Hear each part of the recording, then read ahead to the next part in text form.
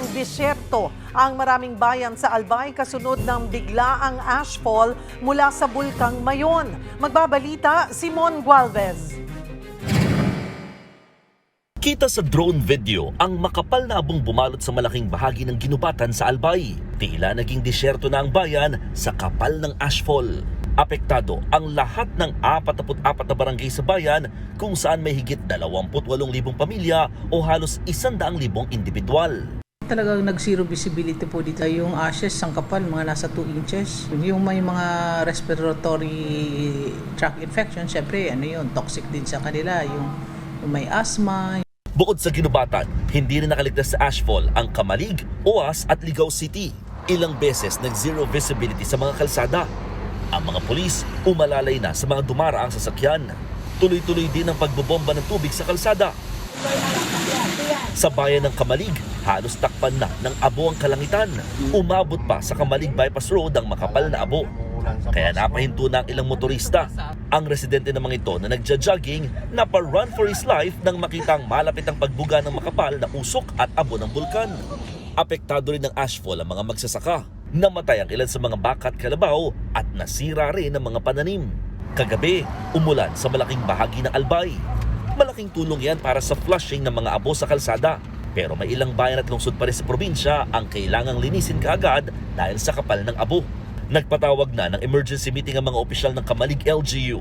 Bagamat nailikas na kasi nila mga apektadong pamilya, patuloy pa rin nakakasagabal ang matinding abo.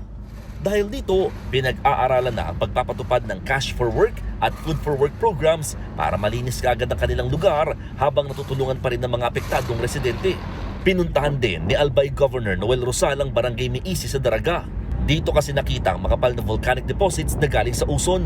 Mahigit 100 metro raw ang lalim nito pero natabunan na ng mga natuyong buhangin at lupa. Pangamba ng provincial government, malapit na ito sa extended danger zone sa lugar.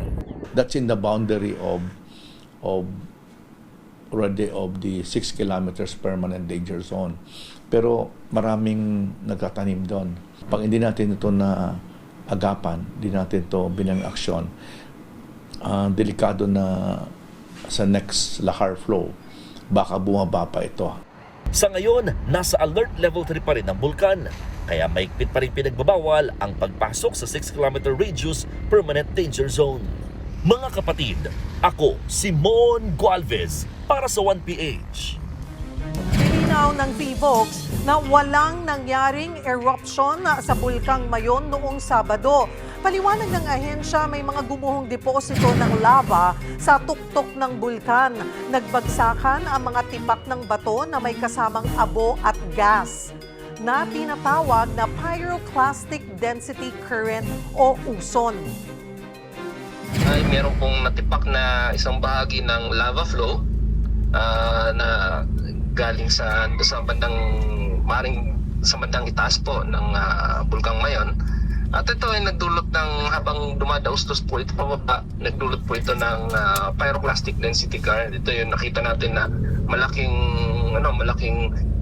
mass ng abo na kulay usok, na kulay itim kahapon dito sa bandang ibaba.